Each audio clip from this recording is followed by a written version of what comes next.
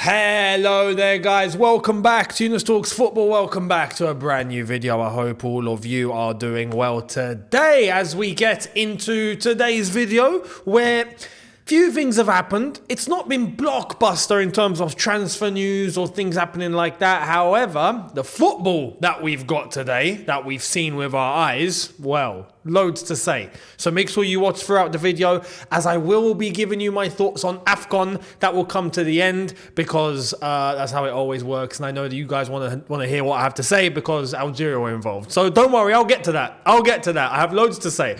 But to kick off, we are going to start Chelsea to make sure you catch all the content as it drops. And tomorrow is Sunday.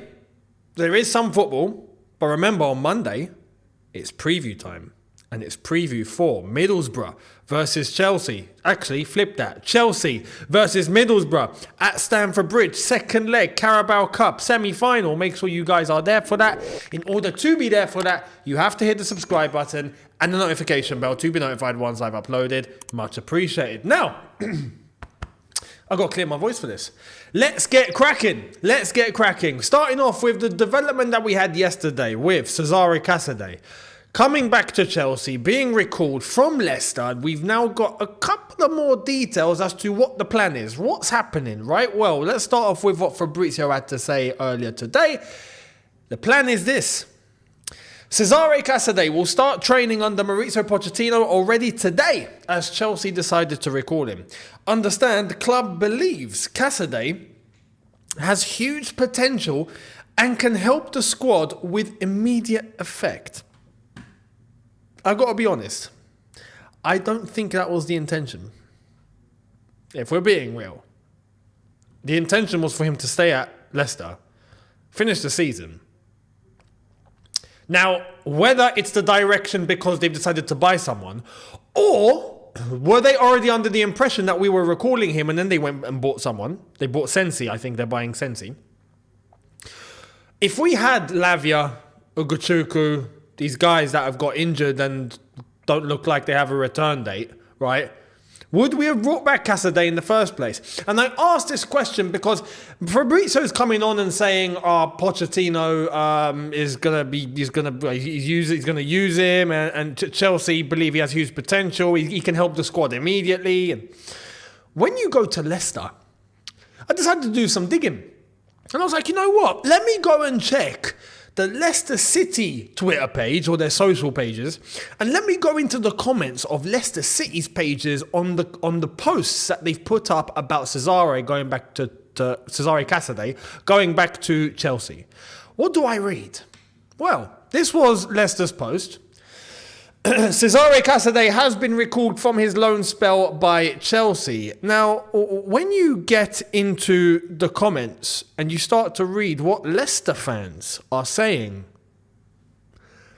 I thought he was doing well out there, if I'm being honest. I didn't think that he was at least portrayed by Leicester fans as bang average. Literally, I'm seeing Leicester fans come on and be like, thank goodness, we'll be better without him. Or, yeah, he's been doing okay. He's finished a couple of things here and there, but he looked like he was pretty lost, was someone's comment. And that's for championship level. So they're confused as to why he's going to be going back to Chelsea. Now he's going to be used at Chelsea. He couldn't clock the championship level. Now he's going to try and clock the Premier League. So you find a few Leicester fans that are confused. And most of them are just like, yeah, you know what? We've made the good decision. He's gone. Great. He won't be missed. And we've brought in someone that we reckon is going to be better. Right? At the same time, he didn't have regular playing time like we had anticipated. So this is where I question what the loan strategy is. And why is it we are not negotiating to make sure that teams that do take our players on loan are definitely going to be using them and not just discarded to the side and just picked out whenever they feel like it. So there's that. But at the same time, is Casadei ready now to be part of this Chelsea squad? Some would argue yes, because a lot of this Chelsea squad are young and experimental and he'll fit right in. But this is where I go back to what we actually need right now, and that's not another young player to come back in. I would love if Casadei can go and find another loan. If we can actually get a proper loan for him, that would be great. Some are going to say we've got Lavia and Ogochukwu injured and whatnot. Okay, fair enough. But I'm going to stick with the same thing here, which, if they're injured or not, I'd be saying the same thing. We need to bring in 2 or 3 players that are going to form a spine, and one of them is going to be part of that midfield. Has to be someone with experience and pedigree and someone who's been around the block, someone that the players can look up to a little bit. We need to. We ain't got any. You could argue in defence we've got Thiago Silva. That's it. What have we got in midfield? What have we got up top? Nothing. In goal, you know what? Petrovic is looking good. I'm not going to take anything away from him. You could argue we could actually get a better goalkeeper, absolutely. But right now, Petrovic, look, fair play to him. I've got nothing bad to say about him. So we pursue with him. He's not made any howlers. We've not conceded stupid goals. I can't ask for more from a goalkeeper, so fair enough.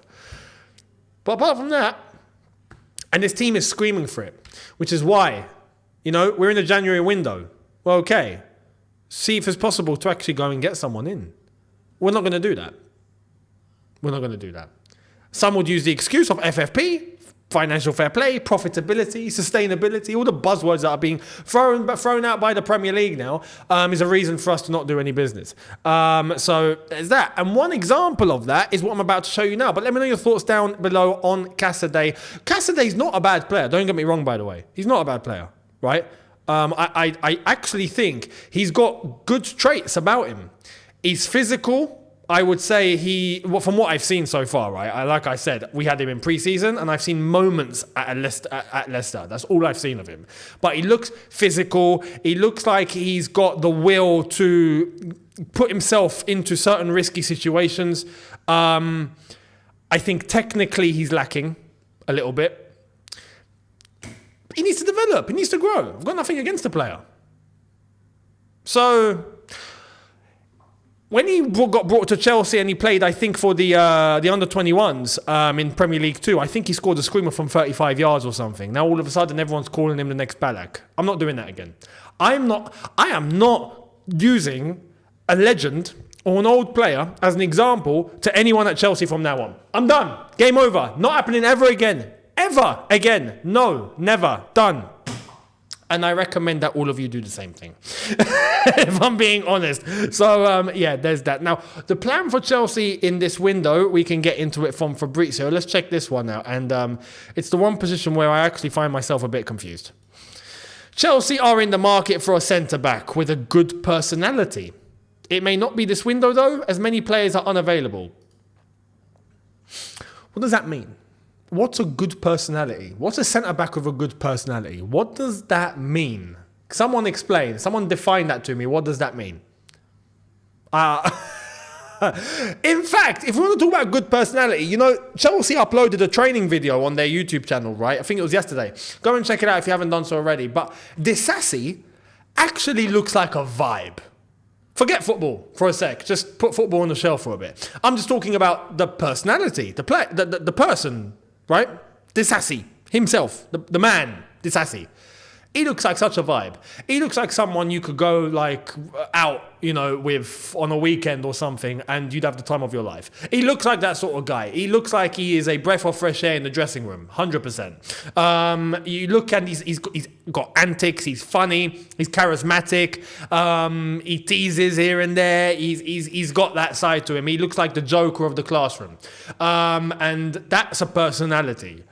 I'll be honest, I'm not looking for personality. I'm looking for a defender that can defend. That's all I need. So I don't know what we're doing. Anyway, I don't know. I have no idea what this means. I need a defender who can execute instruction, who is reliable, who's not clumsy, who makes good decisions, who times their tackles well, who's good in the air, and is physical. That's all I'm looking for.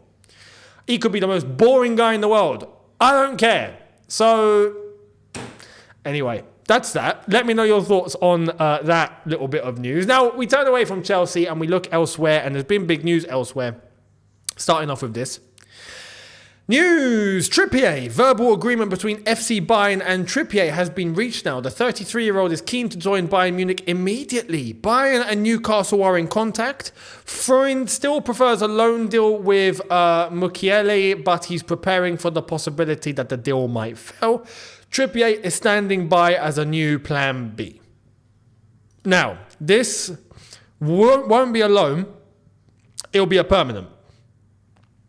And Fabrizio has come in with a little bit of detail it's funny, some people called Fabrizio like a tap-in merchant, and sometimes he does that, well, let's be honest, sometimes he comes out with an exclusive, right? And sometimes he does confirm what everyone else has said. And this is one of those examples. Let's check this out.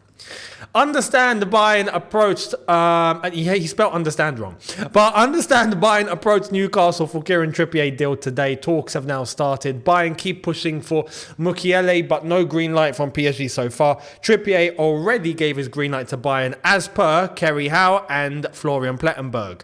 Decision up to Bayern Munich now. And look, apparently Newcastle have not said yes, so it all does stem to them. So Newcastle need to go and get themselves a replacement if they're going to actually let go of Trippier. Trippier is a key player for them. So, it's actually bizarre. I understand why Trippier might want to go. It's Bayern Munich. It's hard to say no. I get that. At the same time, you could argue he's probably worried he won't get this opportunity again. But you'd probably leave a move like this for the summer. That would be best. Finish the season off with Newcastle and see what's going on. I don't know if that's going to happen or not. But right now, Bayern Munich are all over him. He seems keen. It's down to Newcastle to probably find someone else, and then they will sanction the move. So let me know your thoughts. I think Trippier will be good for Bayern Munich, but briefly. He's 33. It's going to be a case where maybe 2 more years and then he's toast. Max. So, let's see what happens. Now, talking about Germany, by the way, Borussia Dortmund, Ian Maatsen playing at left back, first appearance, what a performance, and he got an assist.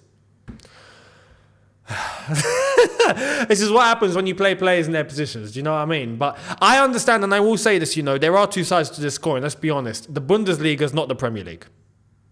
That we have to say. Because when you look at the assist and you look at the ball that he sent cross-field, right, the defence of the other team was so high.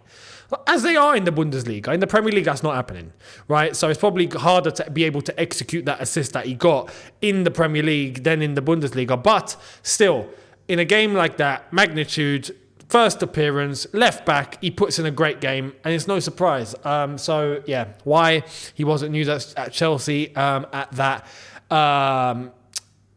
For those reasons, I don't know, except pure profit.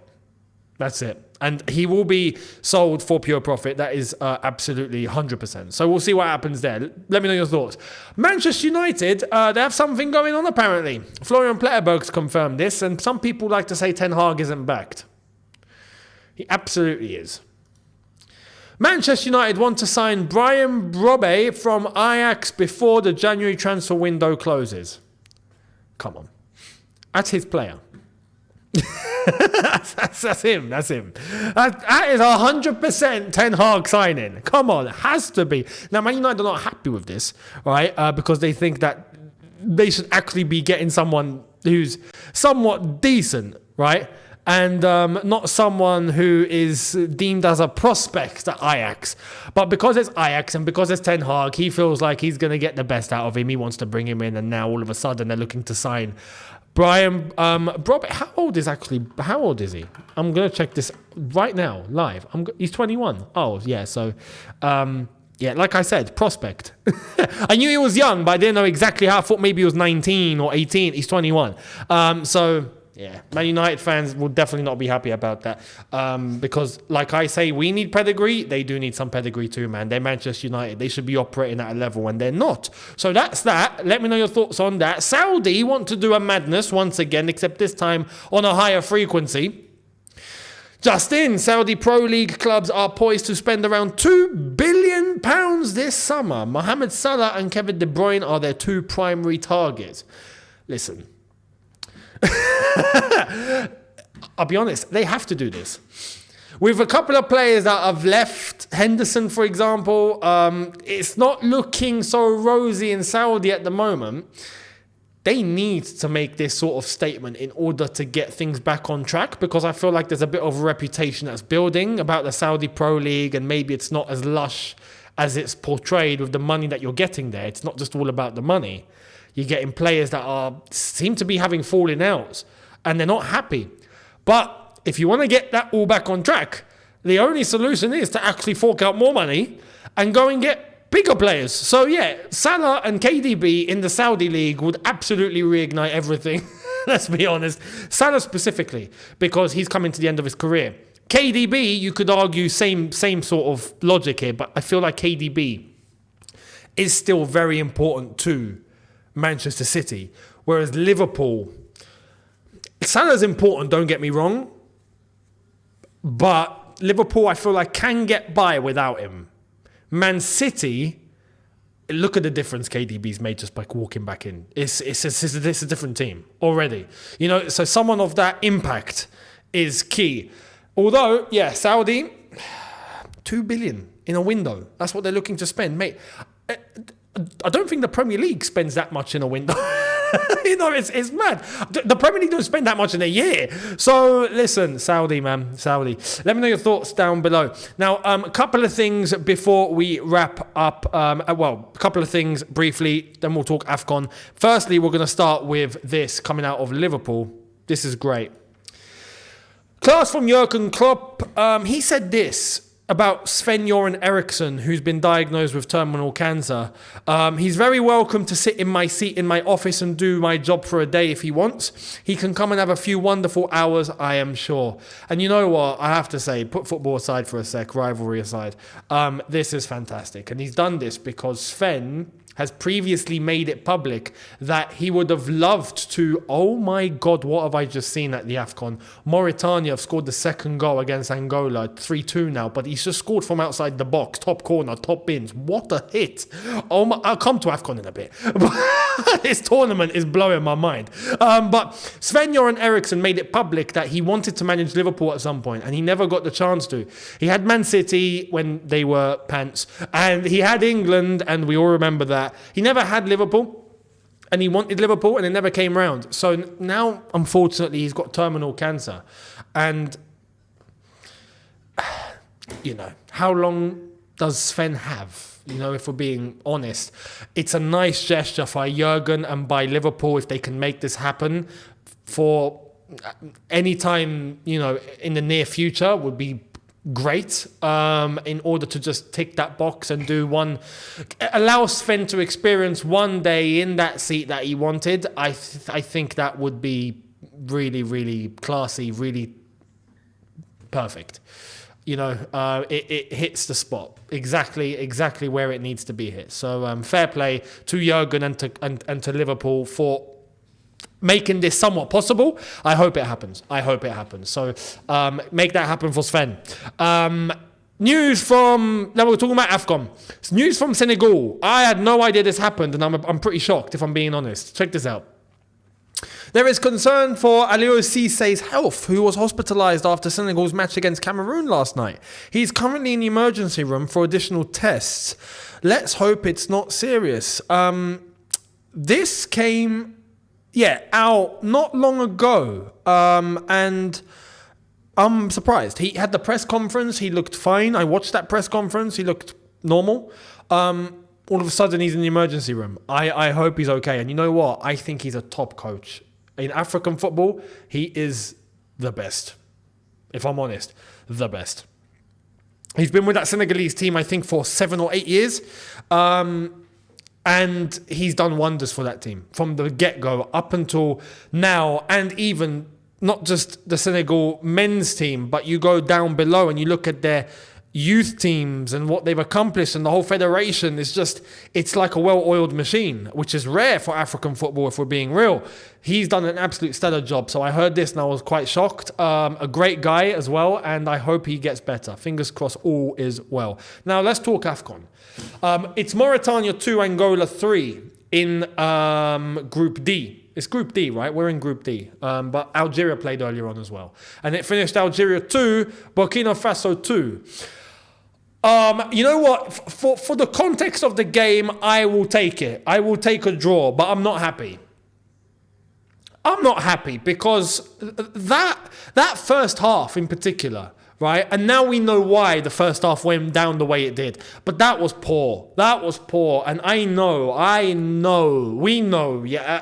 Algerians that watch this national team, we know we are better than that, man. We are better than that. What was that first half that we saw? Unbelievable. Really, really poor overall. Really poor. We went 1-0 down, and it was a stellar header. Fantastic header. It's going to be contender of the goal of the tournament, without question. But a crossfield ball, and I forgot who scored it, but he literally launches his body into the air and he's flying and he's like, boom, and he hits it into the net. And there's no offside. It was fully valid. Great goal. It went to VAR. It was given 1-0. We get ourselves back into it. And once again, it's Bounedjah. Bounedjah he's on form. I'll give him that. Yeah, he is on form. Because I honestly thought his best had passed him, but he hasn't. In fact, he's looking the best he's ever looked. So he scores a tap-in, and fair play to tap-in, but he got himself into the right position at the right time. Nice little flick into him in the box, and he taps it in and makes it 1-0. Then we give away a stupid penalty. Eight Nouri of Wolves. Stupid kick. There was no reason to give that penalty. There was a reason to give the penalty, don't get me wrong. There was no reason to commit that foul. It was ridiculous. Stupid. We go 2-1 down. Great penalty taken by Bertrand Traore, who came on just before that penalty was taken. And then the 94th minute. Bounedjah again. Ball into the box. Corner ball. Boom. Header straight into the net. Thank you very much. My striker. I have one striker who's doing me something this season. It feels great. At least I've got one. Do you know what I mean? Now, the repercussions of this are we haven't lost, but we haven't won. 2 games, 2 draws, 2 points. Now, as it stands, Angola are winning and they will go above us, but they've got to play Burkina Faso and we've got to play Mauritania as it stands. So it's just whoever's going to win those 2 fixtures are going to go through. So we are very still much in the mix to get to the last 16 with ease if we beat Mauritania, which is expected, but you never know. This tournament is crazy. But what is wrong? It's very easy now. And I never thought I'd come around to say this, but the personnel and the selection was wrong from the start. And if you pay attention to the way Algeria play or were playing, it was very, again, left-hand side focused, constantly trying to go down the left channel with Belali going to Bounedjah. The midfield was very imbalanced. Ben Nasser was injured. He'll be back for the next game. And the right-hand side with Mahrez is nothing. Again, but today was worse because today he had a little bit more involvement and he done nothing. Mahrez's time is looking like it's done. You know, I didn't think I would be able to say that, but he stunk up the gaff today. If we're being honest, he did not look good. Amora came on. Watch for Amora, by the way. Pay attention. He plays in, is it in Switzerland? He plays in Switzerland, I think. But he came on and he lit up the show. He took the game by the scruff of the neck. I mean, I felt like I was watching Prime Hazard. I'm like, oh my God, this guy he's lightning. He's electric. He's everywhere. He doesn't stop. And he's twisting players up, the whole lot. Beautiful impact. He needed to start. Same goes for Younes, who came on for Belali because Belali got tired. You could argue he could have started too. We went all-out attack towards the end, and you can sense... I'll tell you one thing about Algeria, which is not what we've seen. I feel like we were being too cautious. If Algeria throw the kitchen sink at a team, they will get goals. If we go all-out attacking... non-stop, just pile the pressure, go, we will score. Most teams will fold, but we're not doing that, and we're being very cautious, and we're being very nervy, and we're being very patient, and we're being very slow, and then when we decide to switch it on, when we've got all the electricity on, we all of a sudden we get a 94th minute winner, and it's fine. So into the third game, the personnel need to be changed. Mahrez needs to be dropped. Without question. But Nasser will come back into the midfield, and then we'll take it from there. So that's that. Tunisia play later on. We'll keep our eyes on them because they are in a little bit of trouble if they need to get a result today because they lost their last game. So they have to at least draw. At least, probably have to win. We'll see. Tough game against Mali. But right now, as it stands, Angola are beating Mauritania 3-2. So, Angola will go joint top with Burkina Faso, if I'm not mistaken. And we end up third on 2 points, and Mauritania bottom on 1? Or did they lose? Is it none? I forgot the last game. No, Burkina Faso beat them. Anyway, they'll be bottom. So that's how the group stands. And the next game is obviously Algeria, Mauritania, Angola versus Burkina Faso. So it's going to be a clash between the top two, which gives Algeria leeway to be able to beat Mauritania and go through. So we'll see what happens. But we have to get the job done there. Let me know your thoughts down below. Much appreciated. And I will see all of you tomorrow for a brand new one. So let me know your comments. Don't forget to hit the subscribe button if you haven't done so already. Hit the notification bell to be notified once I've uploaded. Normal news video tomorrow or two, and then on to, as I go out of focus, there we are, and on to Monday is where I will give you the preview for Chelsea versus Middlesbrough. Make sure you guys are there for that, and I'll catch all of you tomorrow. Have a good one, people. See you lot then. Take care, and peace.